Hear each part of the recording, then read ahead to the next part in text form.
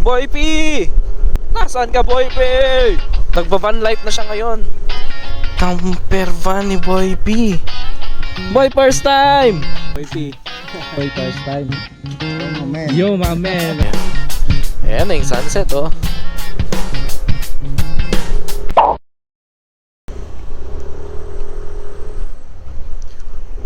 Wohay! What's up, mga kumpadle?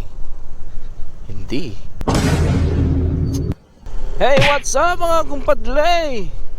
Hindi na. Ayoko na. What's up, mga tol? Mga tol. Pasensya na kayo, pero nagpapakatotoo lang. Hindi na ako komportable sa tawag kumpadle. Simula ngayon ay tawagin nyo na lang akong tol. Mas malapit sa katotohanan. Tol, kasi mas komportable akong tol. Tawagin nyo akong tol kasi tol ang tawagan namin ng aking mga kaibigan. Yan, gusto ko lang magpakatotoo kasi hindi na ako komportable doon sa kumpadle. Ang kumpadle kasi mga tol, pare ang ibig sabihin niyan, kumpare. Kaya yun, kumpare. Pero napag-isip-isip ko, napapalitan ko na lang sa mas komportableng tawag nyo sa akin.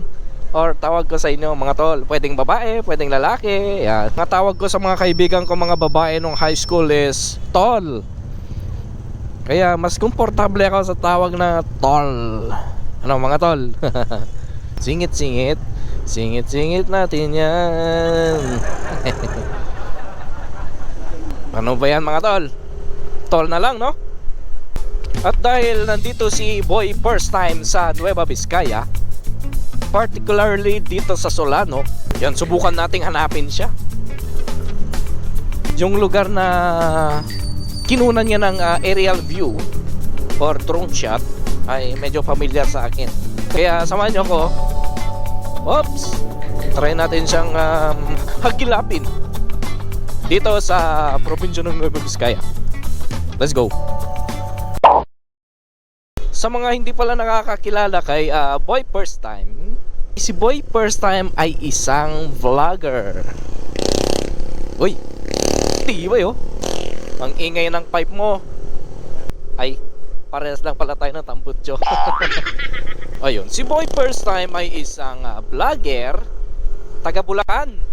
At siya ay napamasyal dito sa ating lugar, Nueva Vizcaya. Nagba-van life na siya ngayon.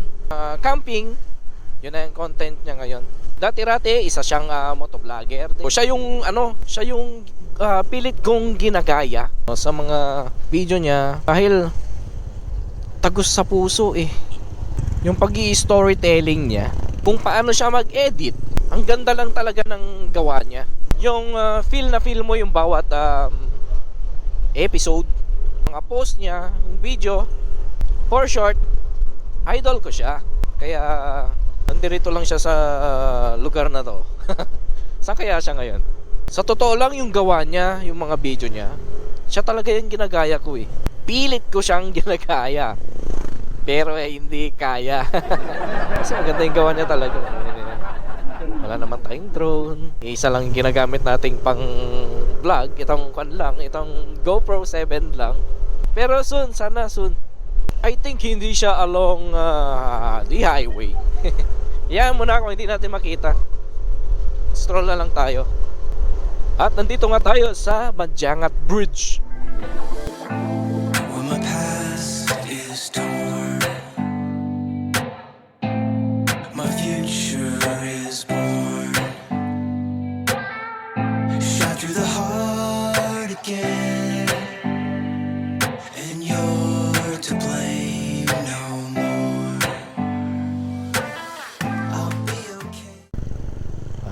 Ito pala yung dating tulay.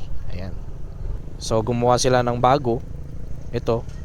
Kasi ito naanod nung malakas na bagyo. Bagyong Yoyong yata. Or bagyong Pepeng. Tara na. Let's go.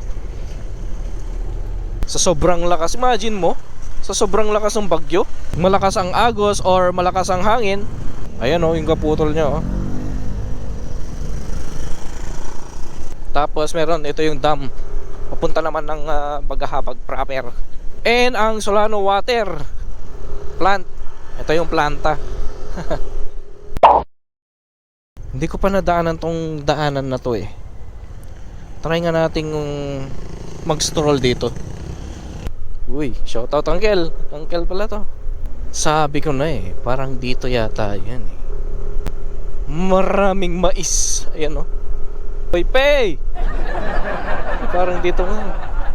Ngayon pa lang ako, nakapasok dito. Ay, nandito nga.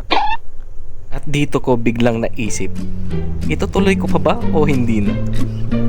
Hinahanap ko siya, di ba? Ohoy, ito yung camper van ni Boy P. Boy, first time!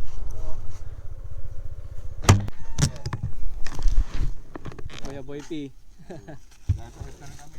Alis na kayo? Sa mga oras nga na ito ay naghahanda sila sa kanilang pansamantalang pag-uwi.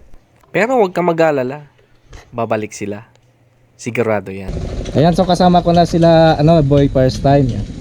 At saka si Yo, my man. Yo, my man, alright. Andito sila sa Nueva Vizcaya. Welcome to my hometown. Ayan. Nice meeting you, bro. Nice meeting you po. Maraming salamat sa pagbisita. Bakit? Bakit ko pinatay? Hindi ko rin maintindihan. Ganito pala ang pakiramdam kapag kaharap mo na yung iniidolo mo. Nabablangko ako. Pinapanood mo lang dati. Ngayon, kasama mo na. Hindi ako makapagsalita ng maayos. Hindi ko na rin alam kung anong itatanong ko. Basta ang alam ko, kasama ko siya ngayon. At welcome to Nueva Vizcaya.